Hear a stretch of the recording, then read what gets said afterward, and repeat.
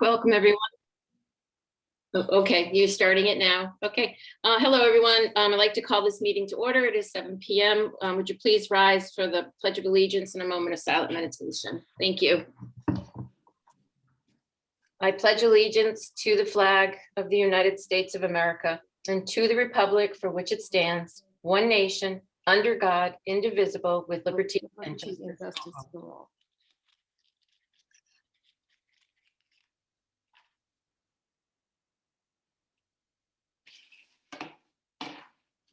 Thank you very much.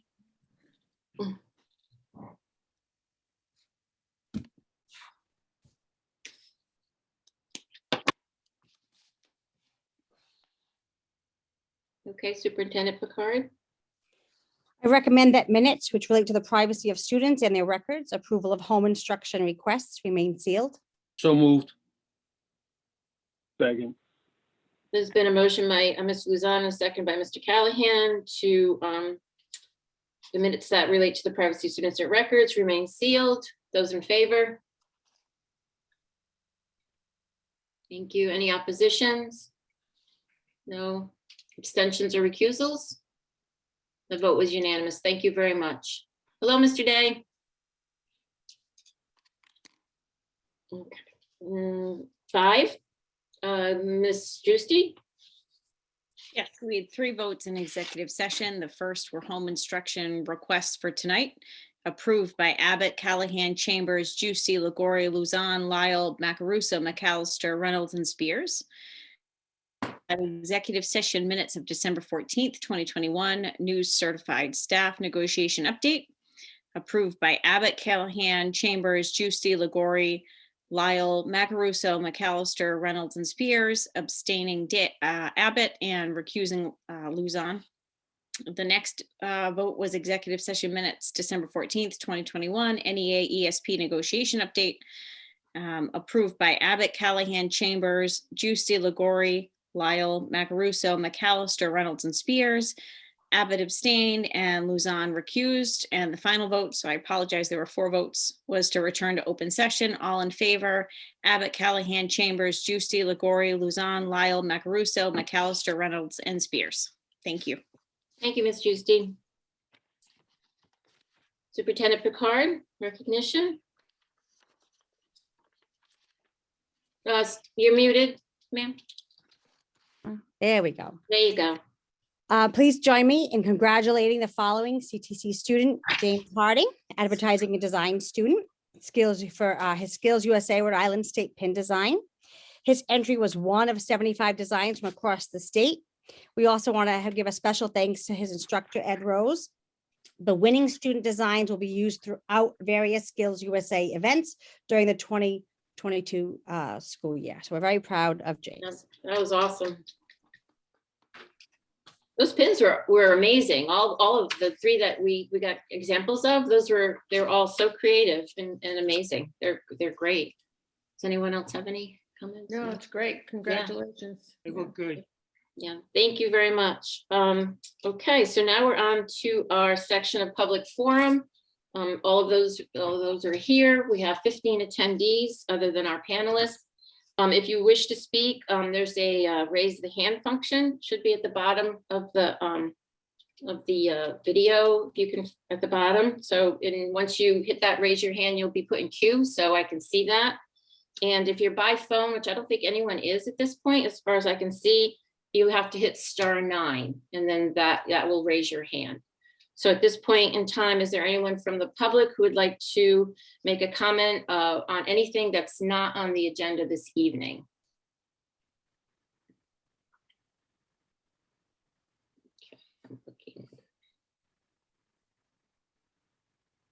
Okay, at this point in time, I don't see anybody who's raising their hand. I'll give it another 30 seconds or so, because I know sometimes people struggle with Zoom, but I do not see any raised hands.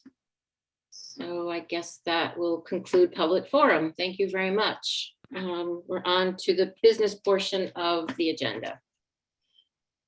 So I just promoted Director Auth to a panelist view. Hello, Mr. Auth, welcome. Good evening, everyone. The Good first evening. item for business is our Esports Club. I am recommending approval of the request of Jerry Auth to form this club. Jerry is here in attendance to answer any questions.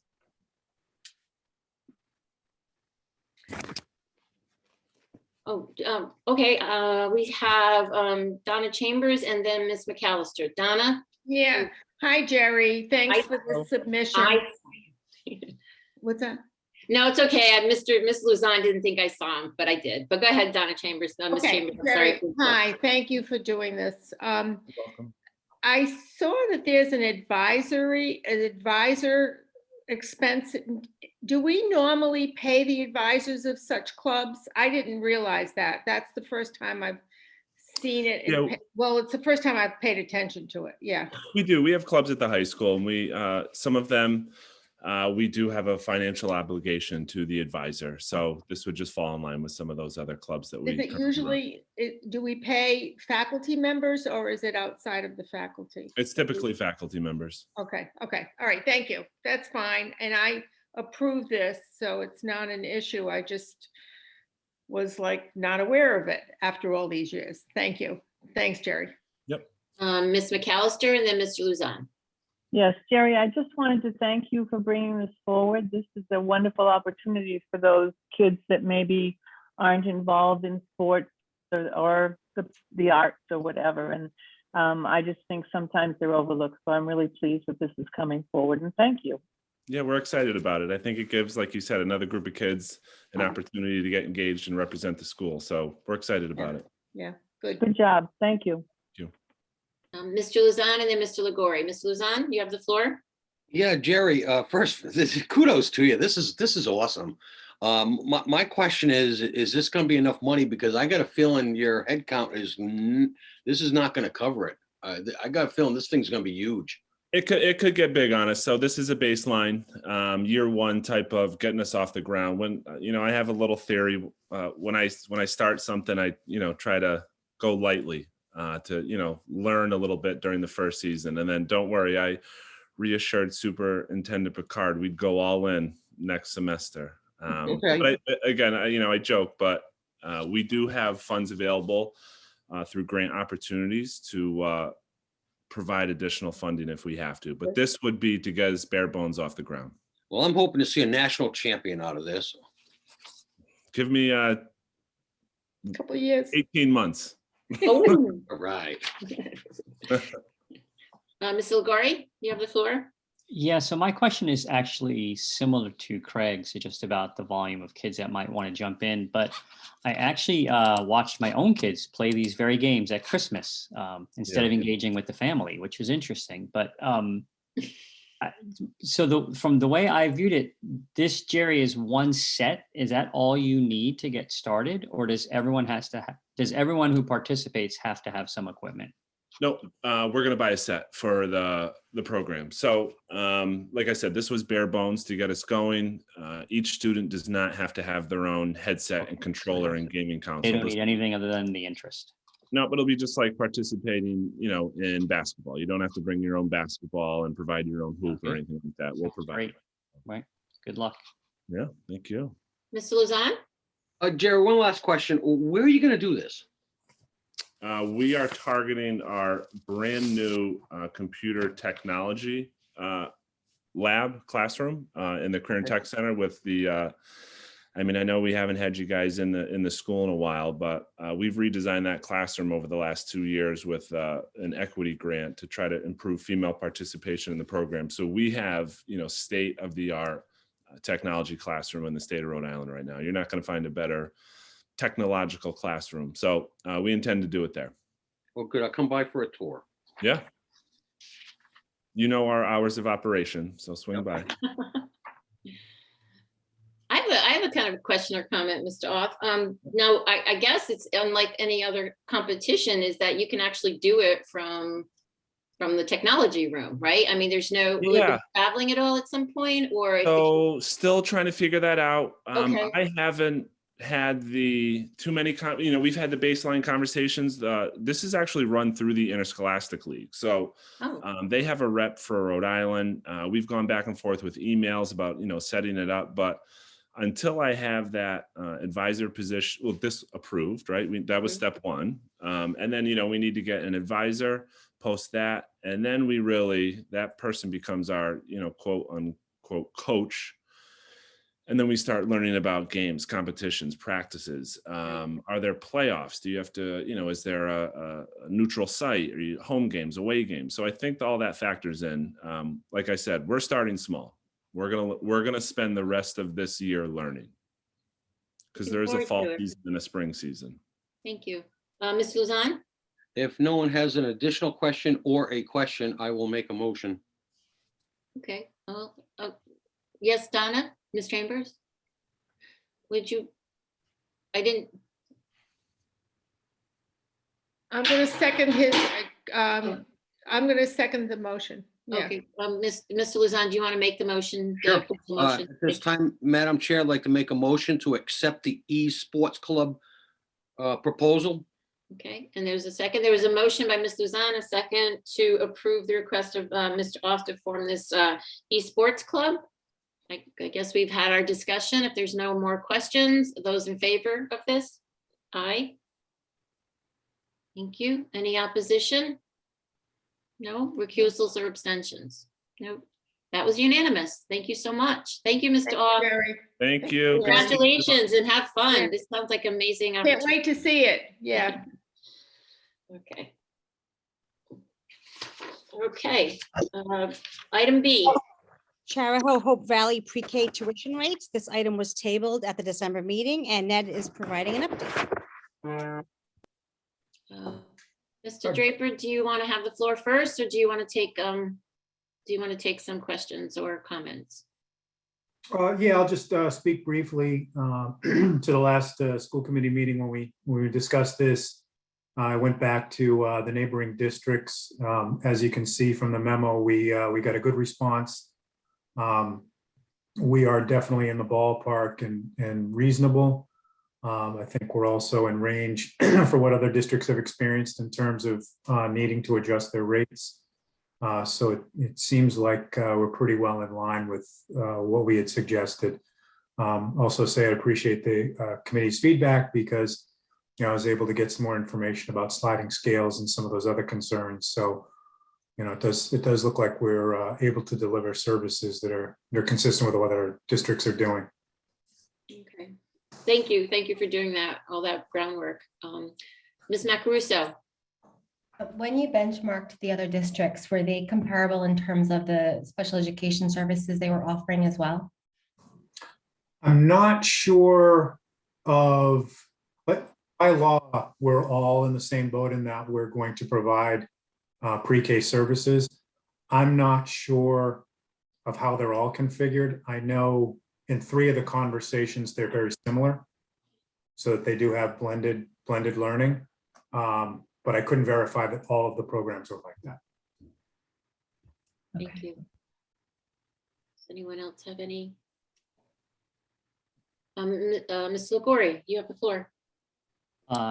Ned, thanks for putting this together. I'm just reading down towards the bottom, and this is something I had mentioned initially. Looks like the overall operating went up about 3% a year since 2016, right? Correct. So that's what I'm hoping we can think about moving forward, is that the tuition to some degree tracks with what we anticipate the operating increase, so that we don't come back every 3 or 4 or 5 years and put a big dump on everyone. So I really appreciate you putting this together so we could see those numbers.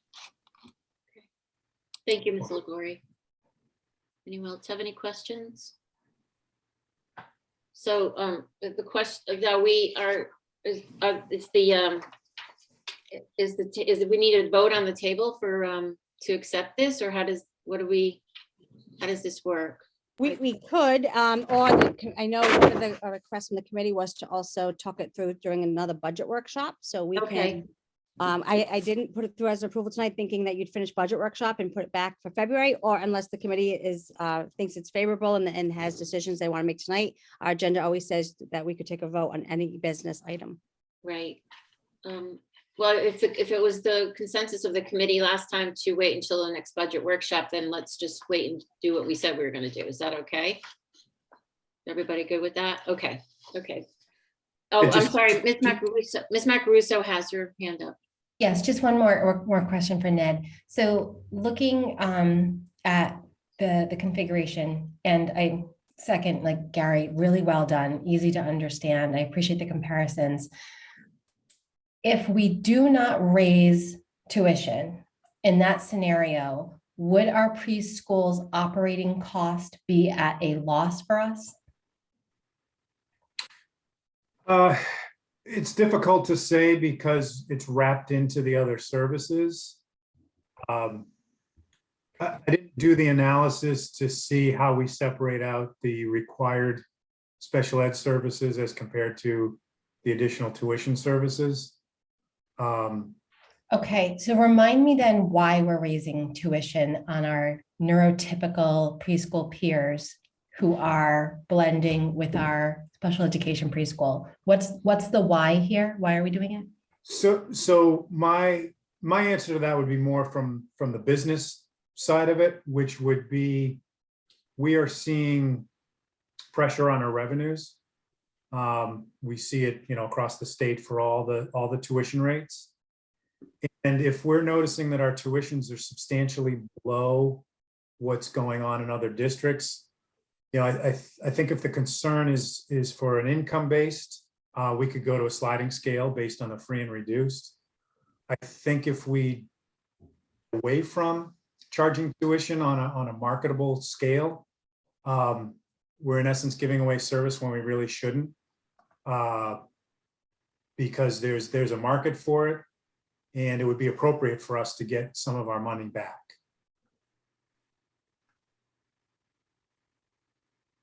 Dr. Callahan? I Oh, I'm think I sorry. understand your answer. I think your answer is that your recommendation to raise the preschool rates is based on like a business model. But as far as you know, we're not operating at a loss, and we're not, services to our students, education to our students are not impaired because we don't have enough funding to provide excellence. It's a business decision. In fairness, before I could answer that question honestly, thoroughly, I'd have to look at how our operation is.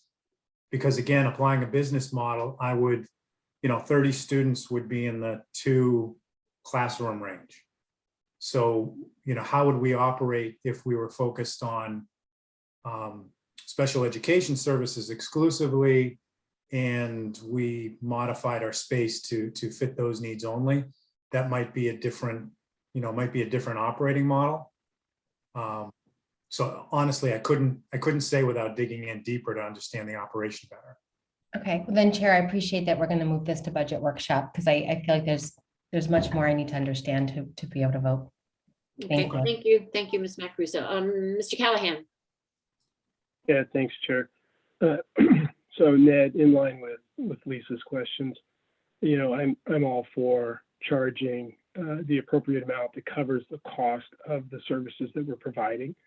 But I'd definitely like to understand if raising the rates is necessary to cover those costs. And if not, then I don't know why we would be raising those rates. So looking forward to that discussion. Okay, thank you. Anyone else? No. Thank you, Mr. Draper, for putting that all together. It was really comprehensive. Thank you. Welcome. Okay. Letter C. Estimated state aid for fiscal year 23. Ned has provided information pertaining to the estimated state aid for FY 23. He will address any questions or concerns, as can I. Anyone have any questions or Mr. Draper, do you want to start with a couple of comments before we take questions? Sure. In the last budget update, I'd sent out a clarification because Cheraho is unique in that we have two levels we're working with. We're assessed based on our town population and we're assessed based on our district population. The state does the same thing, but they do it differently. In our case, we do it on an October 1st snapshot. And in the case of the state, they do it based on average daily membership. So using Charlestown as an example, if you look at the state data, we're a net 1 student based on the way they assess, whereas in our local October 1st snapshot, we're a difference of, I believe it's 13 students. The data is a little different, but the outcome is fairly close to the same, which is Charlestown and Richmond increased slightly, Hopkinton decreased slightly, and that's based on the student attendance on average daily membership. That in turn goes into a formula that gives us an assessment of what our tuition, I mean, not our tuition, our support, our state aid support is going to be. You can see from this too, across the state, the decline is pretty significant. Relative to our neighbors, we've actually fared pretty well. But the impact of COVID across the state has been significant, about 5% overall. I think also Gina might have received some feedback at the last RISA meeting in terms of there's a lot of discussion that's going to be taking place about state aid, how this loss of students is going to affect us and what we're likely to see this year. The superintendents have asked the governor's office and RIDE to rethink the formula again, to hold harmless, as they've received billions of dollars in federal funding as well, to rethink as well as the algorithm and how they fund education in a time where we're all really tight. It's probably not the best time to continue to take.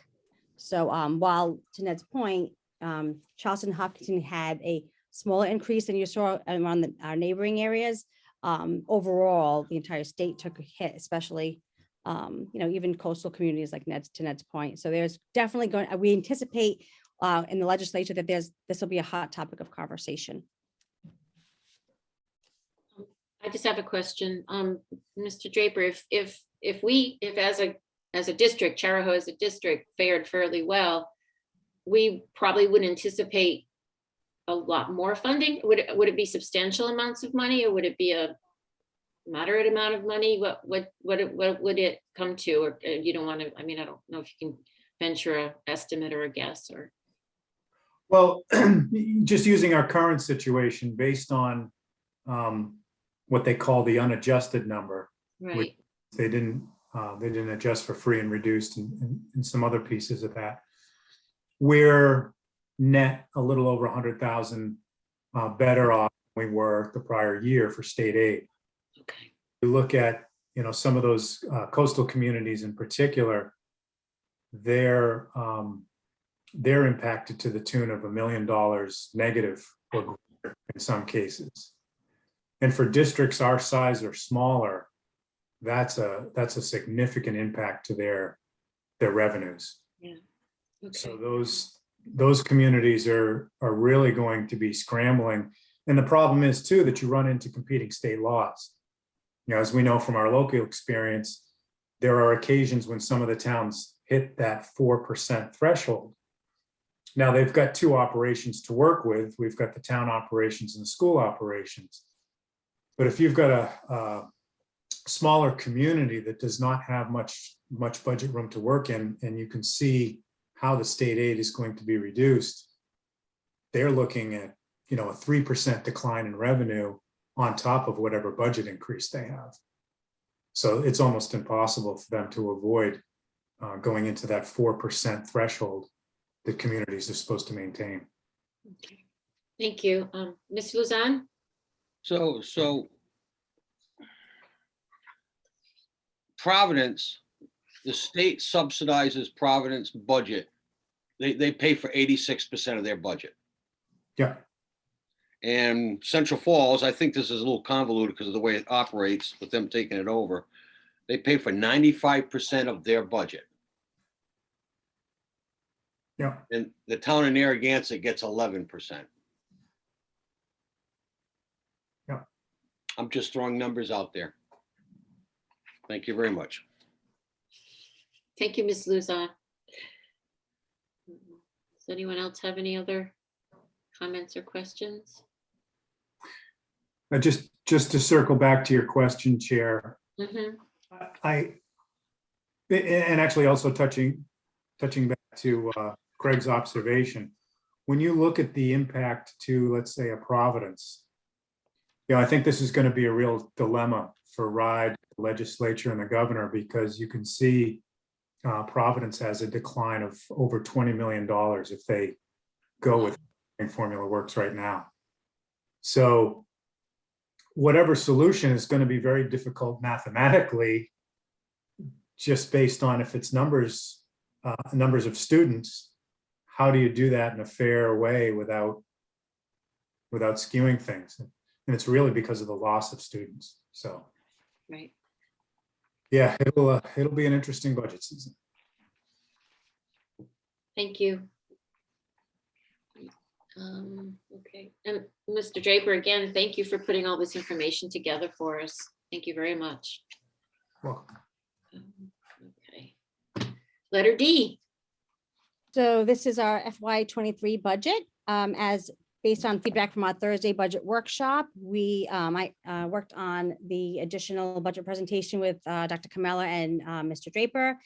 What we did was exactly what the committee asked, is we pulled out the notes we gave you around our ESSER funding and highlighted those in slides 4 through 8 to really show how the impact of ESSER. So that big question being, if the district is receiving $4.6 million or anticipating $4.6 million in ESSER funding, why is the budget increasing with that flood of money coming in? So slide 4, 5, 6, 7 is meant to sort of review with the community, with all of you, and highlight without that funding, that money, over $3 million would have been placed in the operating budget because it's based on mandates and legislation follow-ups from requirements, as well as what we also pulled out based on feedback from the committee was things that we can't cut, that we're responsible, required, mandated to do, like out-of-district tuitions, charter school tuitions, transportation, et cetera. So we highlighted those items for all of you as well as the public to really show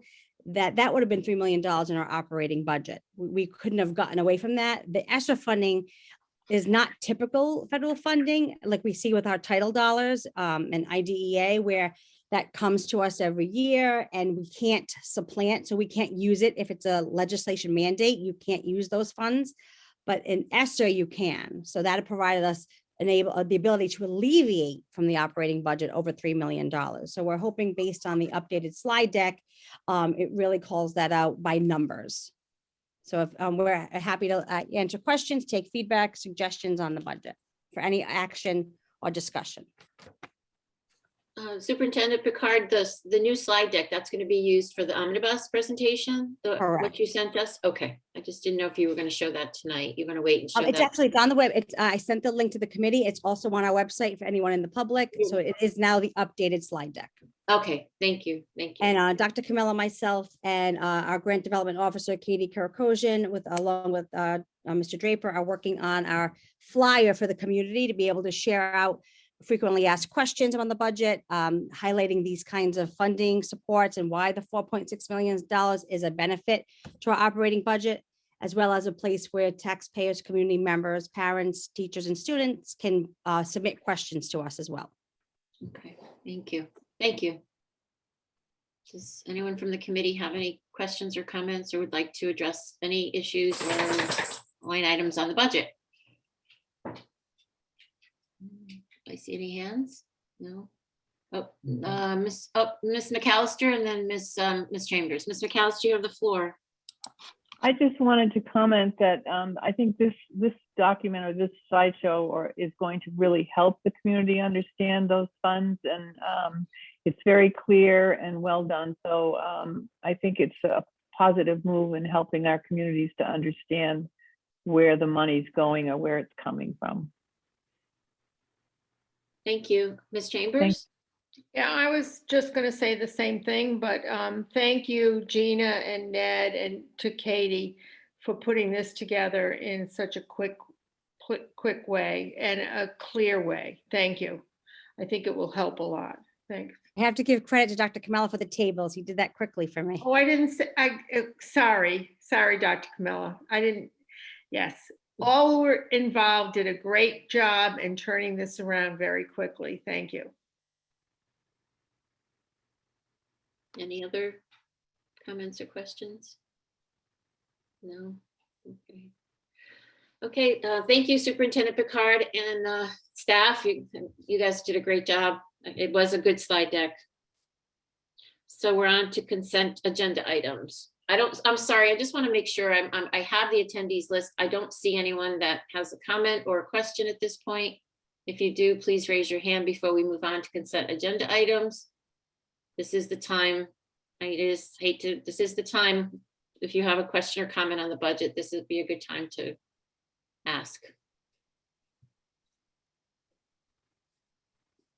I don't see any hands raising. Okay. I guess we can move on, Superintendent Picard. So it's the consent agenda items? Yes. Where's Mr. Luzon? Is anything, anyone want ready. anything? Anybody want anything pulled? A1 and 2, Thank you. Anything else? 4 and 5, I guess, because some people weren't there. Gotcha. So we're pulling A1 and A2, A4 and A5. Does anybody need A3 pulled? No. Anything else? Nope. Okay. Madam Chair, at this time, I make a motion to move the remainder. Before I do, I would like to acknowledge K donations. One donation from May Lumen Salon, Sean Silvestri of Richmond, Rhode Island, of over $5,000 in professional products and supplies to the CTC cosmetology program, which included $864 of Goldwell US chemical aprons for students. And 2, a donation of $50 from Pearl Mata of Charleston, Mass. To the Andrew Pulowski Grants for athletes and performers. No, thank you very much for those donations. Thank you. So those in favor of those approving the consent agenda items? Thank you. Any any oppositions, abstentions or recusals? No. Okay, thank you. Now we move on to the minutes. Madam Chair, at this time, I'd like to move A1, executive session minutes of December 14th, 2021, approval of executive session minutes of November 9th, 2021, minutes not sealed. Second. I'm sorry, who made the second? Catherine? Catherine. Thank you, Catherine. There's been a motion by Ms. Luzon, a second by Ms. Giusti to approve the executive session minutes of December 14th, 2021. Any discussion or comments on those minutes? No, those in favor? Those opposed? Anybody recusal, abstentions? Or recuse abstentions? Okay, we have 3 abstentions. Mr. Day, was that an abstention? Thank you. Mr. Day, Mr. Callahan, and Mr. Abbott was abstaining. Madam Chair, Yes, Mr. Luzon. make a motion to approve A2, regular session minutes of December 14th, 2021. May I have a second? Second. Thank you. There's been a motion and a second to approve the regular session minutes of December 14th, 2021. Donna, did you get that? It was a motion by Mr. Luzon, second by Catherine. I did, any- thank you. You're welcome. Any discussion or questions on those minutes, please? No, those in favor? Abstentions? Okay, recusals? Or I forgot opposition, sorry, I didn't figure no one opposed. Okay, did you get those, Donna? I got George and Ryan. Yes, thank you. Okay, Madam Yes. Chair, I'd like to make a motion to approve A4, regular session minutes of January 4th, 2022. Ms. Chambers, okay, Mr. Luzon made a motion, Ms. Chambers seconded to approve the regular session minutes of January 4th, 2022. Any discussion or questions concerning those minutes? Any changes? No, those in favor? Aye. Any opposition? Abstentions? Recusals? Okay, George abstained, thank you. And number 5, Madam Chair, I'd like to make a motion to approve A5 regular session minutes of January 6th, 2022. Second.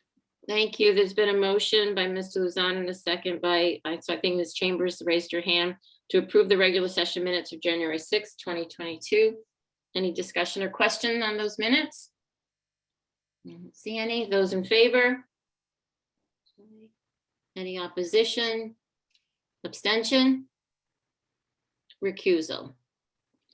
Mr. Abbott was abstained. Everyone else voted in favor. Thank you very much. On to reports. Superintendent Picard, I guess we have no, yeah. At this time, we have no subcommittee reports. Just a couple of updates from myself. Where our district safety team meeting was moved to this Friday, the 14th, due to the previous snow day. We also have a vaccination clinic set up through the Department of Health that's happening on Thursday, 3 to 7:30 for ages 12 and older. That's the Pfizer. It can be for first dose, second dose, and booster. And we also are very excited that tomorrow night we have our Charahoe Tech open house, 5:30 to 7:30. And then coming events, early release day on the 12th, which is tomorrow. Secondary will be dismissed at 12:45, elementary at 1:55, and it's AM pre-K.